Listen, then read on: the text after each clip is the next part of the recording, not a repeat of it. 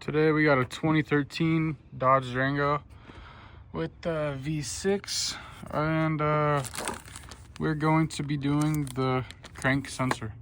And it's located on the passenger side on the bottom. So I have it jacked up right now on the passenger side, and I'll be crawling under. I'm showing you guys where it's located.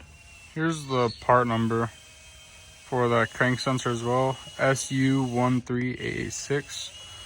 But that is the crank sensor, Duralast, for the 3.6. Okay, I can't really find a great spot to film this, but it is that sensor right there with the heat shield. And it's fairly easy to remove. So let's see if I can get my hand up in here. Okay, so what you're gonna do is once you pull the heat shield back a little, there's a tab. I already got it unclipped, but there's a tab right here that you just push down with your finger, and then it just pulls out nice and easy. And then we're gonna be taking out that 10mm bolt with a wrench, and it should just pull right out.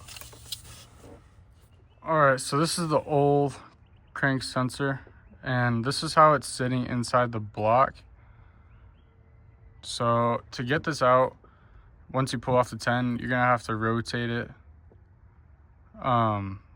downward, so it's gonna be clockwise, and then it'll allow you just to pull it straight out. So this is where this one was definitely leaking oil, because as you can see, the O-ring was pretty shot out, and it was just kind of leaking oil in that general area on top of the oil pan. So to put the new one in, you're gonna do the same process, but in reverse. Just make sure you have this in the right position. So it's going to be going in like this with the tab facing toward the front of the car, and then once you put it in, you're going to rotate it back down, and that'll allow you to put the bolt back in, and you should be good to go. Okay, I got the new one in there, and it's kind of hard to film while I'm putting it in, but you just want to make sure that this is flush with the block before you put the bolt in. Otherwise you will have an oil leak.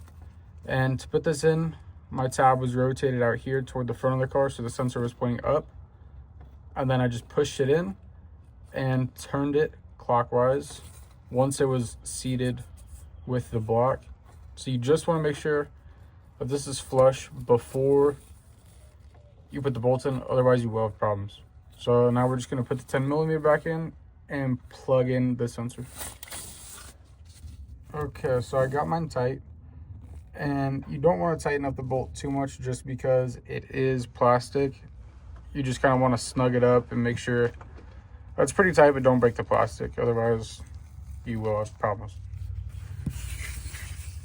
Okay, so I got mine all cleaned off and plugged back in, and last step would be just to rotate the heat shield and then kind of just push it back on. It doesn't got to be on there like crazy, just make sure that's kind of covering the sensor just like that.